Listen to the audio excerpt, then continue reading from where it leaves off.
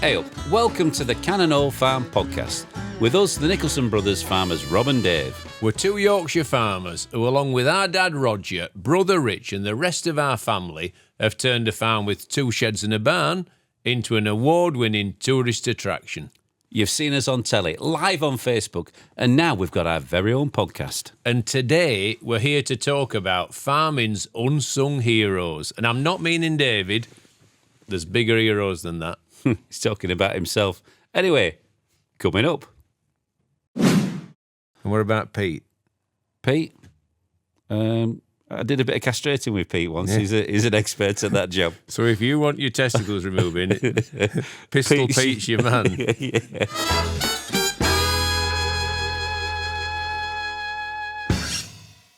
On today's episode, we're talking about the unsung heroes of farming. But before that, Dave, what have we been up to this week? Well, I got up nice and early the other morning to get that last pen at the roundhouse mucked out. And then we got it all nice cleaned up for the sheep coming in for lambing. So we've got some busy times ahead of us. You can't beat being prepared. What is it? Prepare to fail to prepare to fail. That's the one. So hopefully, by the time the next lot of sheep start lambing, we will be ready and we'll be able to make a really nice job of them. Yeah, well, we've got some busy nights ahead of us. Plus, we're going to have a little bit of a break, and then we'll be lambing for Easter. Are you going on holiday again? I don't think I'm going anywhere at the moment, but you know what? No. You never know. Every time he mentions a break, I think, oh, flipping heck, it's Torremolinos again. Well, Rob, there is talk of a little bit of a trip for springtime on the farm. Oh, yeah. So, Yeah. you know, I might need to get my passport sorted out. I might have to renew my passport. I think it's running down to the last year or two. Well, I've lost my driver's licence, so I need Have you? to apply for another. Why? What? Speeding?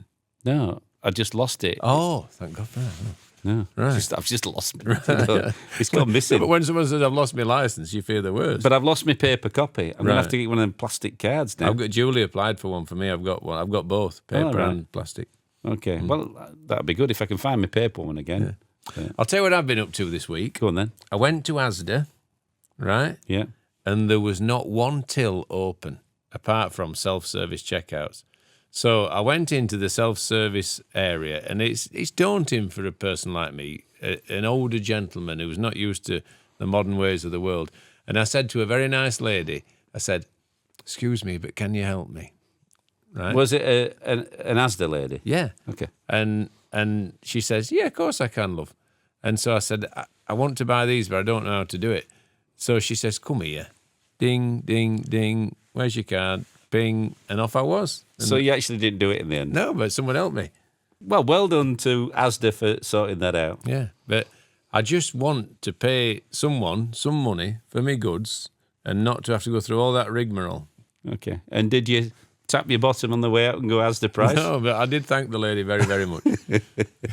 She definitely dug me out of a hole there. I wouldn't have known what to do. Okay. So from an unsung hero of Asda who helped me in my hour of need to the unsung heroes of farming.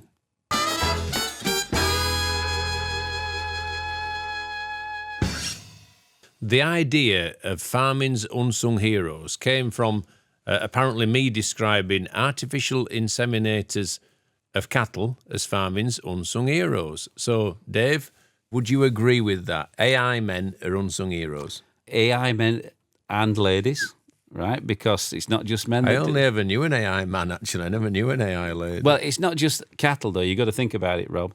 It's horses. You know, you do artificial insemination with horses as well. I would agree with you because it is a skill. You know, they've gone away, they've learnt the craft, and if they're really good at it, you know, it saves farms a lot of money. And generally, to get to where you need to get, you need to go through a bit of poo. Well, you do, yeah. So it's not always the nicest job, Yeah. you know. So They do wear a glove now, though, don't they? oh yeah, but You know. even allowing for that, you know, you're armpit deep in cow muck You are. to get the semen to where it needs With to your get. little scanner on. Yeah. You do that, don't you? Do you use a scanner? No, or do they just feel? Well, historically, it was just all Feeling, done, yeah. all done by Yeah. touch. Yeah. Now, what I would say is it gives farmers the chance to upgrade their herd, you know, because they can use a bull that it might not even be alive anymore. Because that semen can last, well, indefinitely. So you can actually get a cow mated by a dead bull. Yeah. Yeah. But a really good dead bull. You look at for genetics, you don't want it wants to be totally unrelated to your herd. You're looking to improve that herd, and you can try different bulls, and it's like anything, Rob. It's trial and error, but eventually you'll just get that one animal that stands out in the crowd. Why do you think that the AI man puts the syringe of semen down his back? To warm it up. Yes. Yeah, exactly. It needs to be like body temperature. Yeah. So you pop it there, you put your glove on, you put your hand And it's in. somewhere handy to put it as well. It's like a little shelf. Yeah, you put your hand in the bottom. Anus. I was going to say anus, but and then they feel where the what they call now? Is it the horn? Uterus. The horn of the uterus. And then they shoot the semen one way and they shoot the semen the other way, don't they?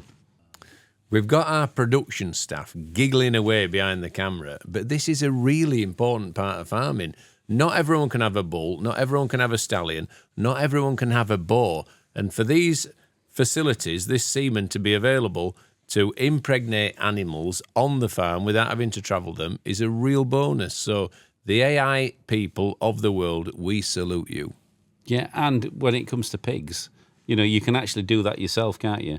You get the syringe. Beg your pardon. And then you've got your... Oh, right, yeah. What's it called now? The device. Is it?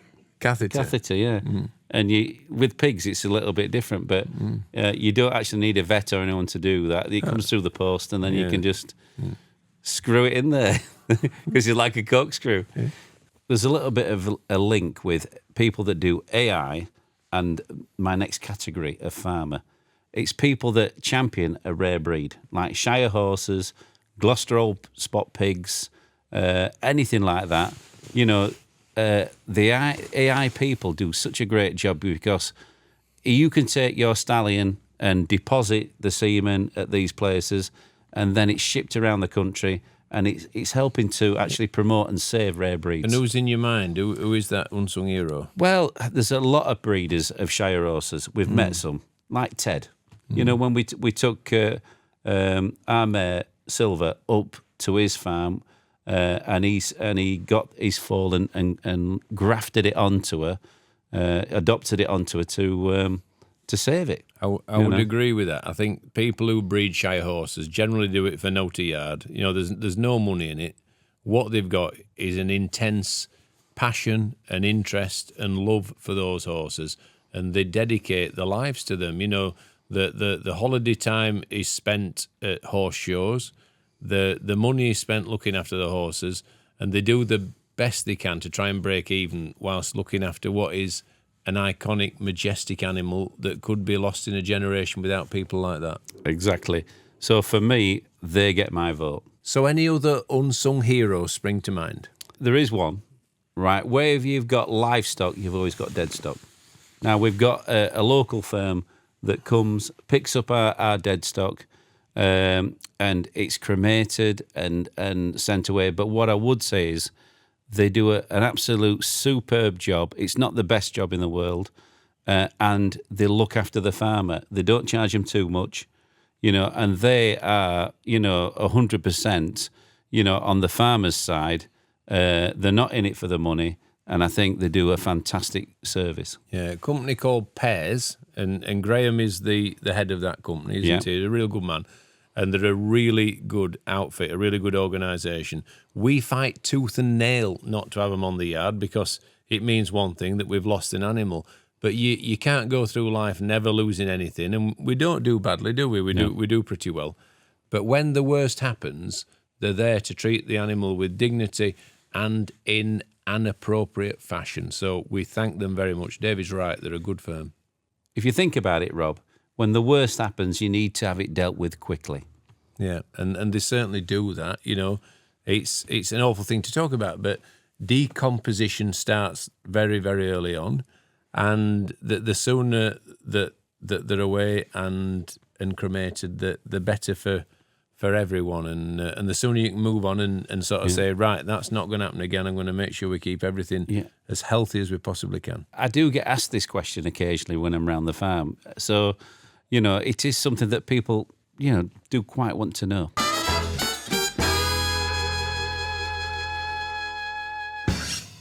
Hey, Dave, now we're into 2025. We can finally talk about our new book. That's coming out in March. Exactly. Now, I'm really excited about this because Mum and Dad have done their chapters, Rich has done his, you've done yours, and I did mine. And I've got to say, I mentioned the pub more than once.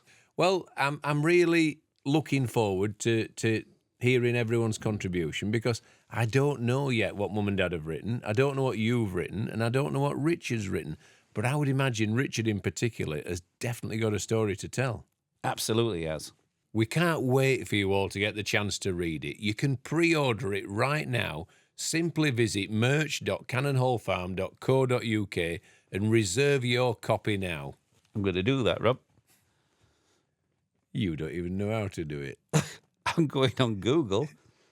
I'm going to be there in a minute. What was it? merch.cannonhallfarm.co.uk. Right. And reserve your copy now. Sound.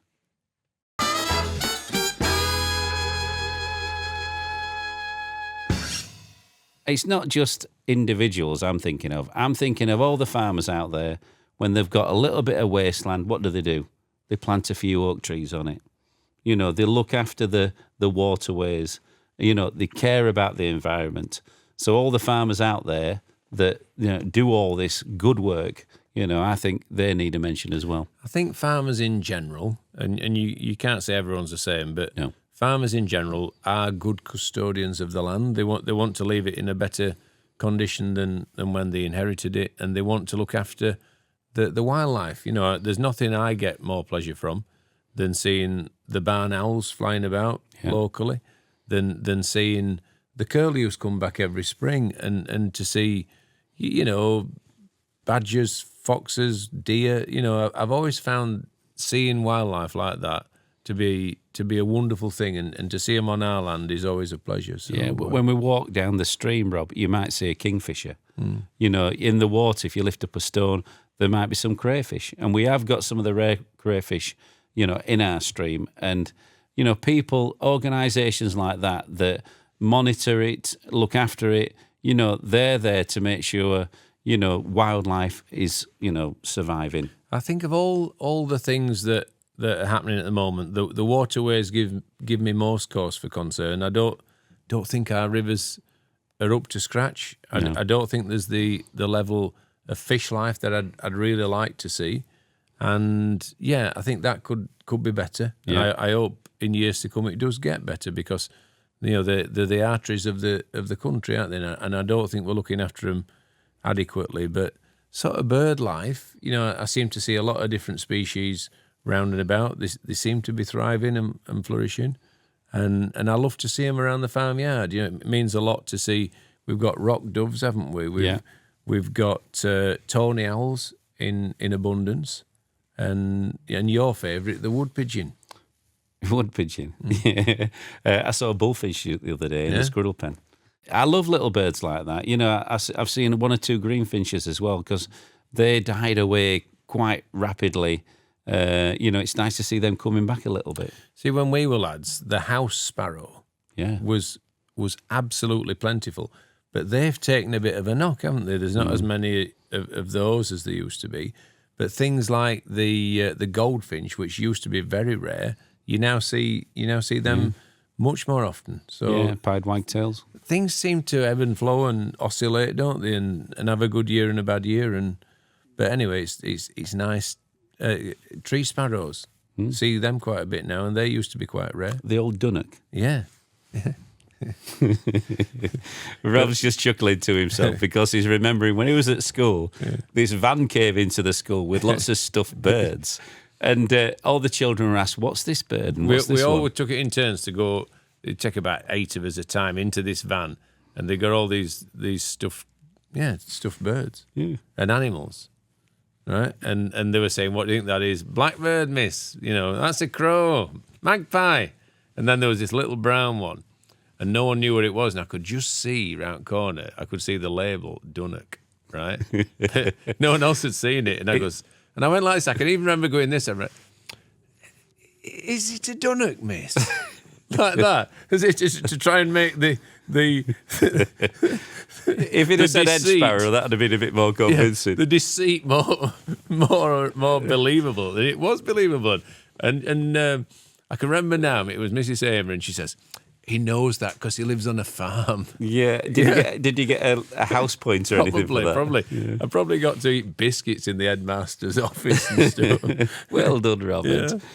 Anyway, so bad lad. Those kind of people are my farming heroes. And I tell you what, but not me for cheating with the Dunnock. Not really, no. And I tell you another set of farmers, Rob, that they shine, right? Come silage time, haymaking, the contractor, right? They're warriors. They'll put the hours in when needed. They know they've got a short window to get that hay in, and they'll do everything for you to do it right. Don't they? They love it. When that sun starts to shine and they know that the grass is ready to cut or the corn's ready to combine, they get giddy, they get excited, and they're away. They live for those days. They do. I mean, our contractor is actually a dairy farmer as well. So what a hero. I mean, they've got to get up early, milk the cows, then they go contracting. He's a glutton for punishment. It's never ending, is it? Now, one thing I've always thought of are the older generation, the people who pass down the knowledge and the tips. You know, like Dad really has got loads of great attributes in terms of being a good stockman. You know, he knows what to look out for. He knows when something's off colour. And, you know, people like that are invaluable. You know, he can go around a field of sheep and he'll find something wrong. And he also knows the land. You know, he could go around, you know, our fields, and in no certain areas at certain times of year, you don't drive across there. You know, it's too wet. You know, that bit's not that productive. You know, he's an all-rounder, isn't he? What about the people who keep your tackle in good order? You know, when what, you NHS? I'm so sorry.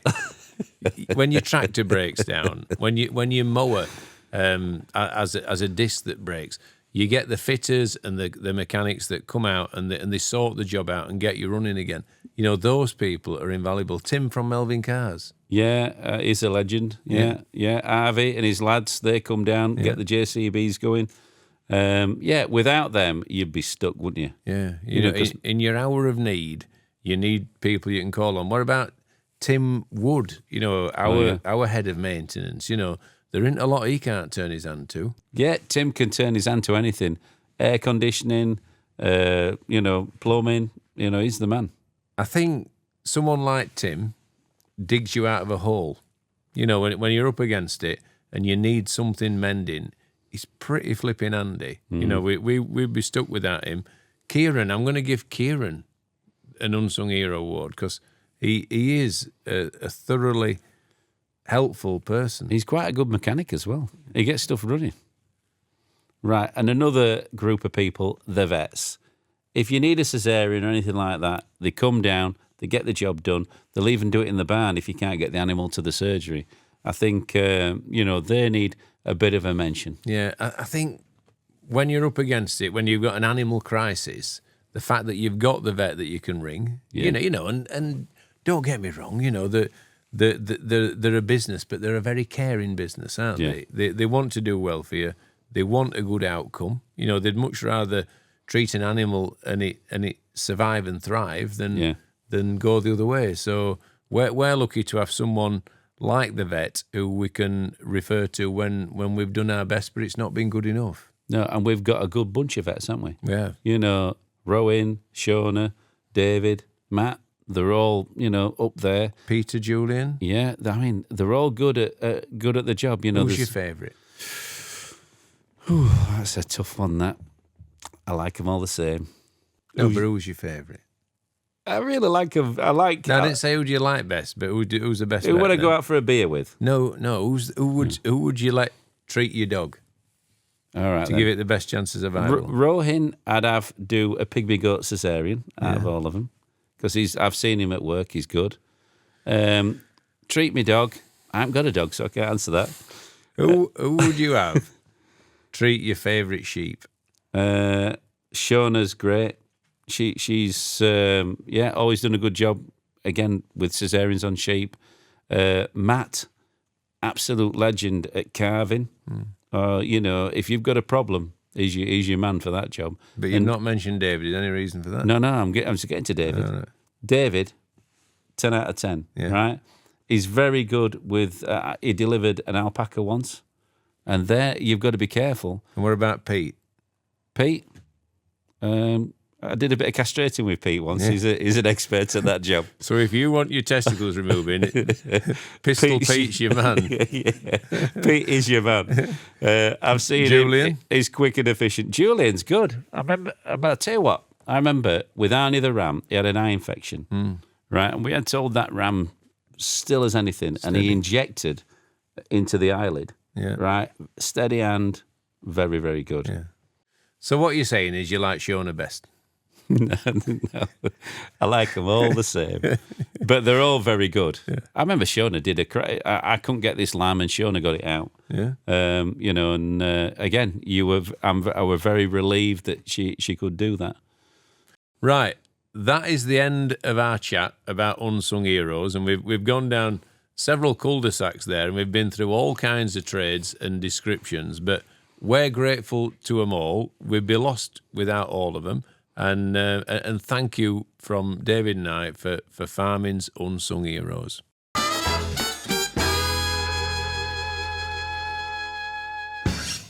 Thanks for listening to this episode of the Cannon Hall Farm podcast. You can learn more about our family farm by purchasing our brand new book, Cannon Hall Farm Past, Present and Future, and it's available on our website and in the farm shop. We've done 6 takes of that, and that was David's best yet. Can I have one more go? Come on, one more. Okay, you ready? How did it start? You can learn more about our family farm by reading our latest book, Cannon Hall Farm, Past, Present and Future. It's available in the farm shop. Shop. It was going so well. It was going so well. Hang on, one more. Come on, I want me tea. You can learn more about our family farm by purchasing our brand new book, Cannon Hall Farm, Past, Present and Future. It's available in the farm shop or online. Visit cannonhallfarm.co.uk. Oh, sorry, I'd fallen asleep. Right, until next time, I've been Farmer Rob. I've been Farmer Dave. Bye-bye. I got there in the end. Yeah, you always get there in the end.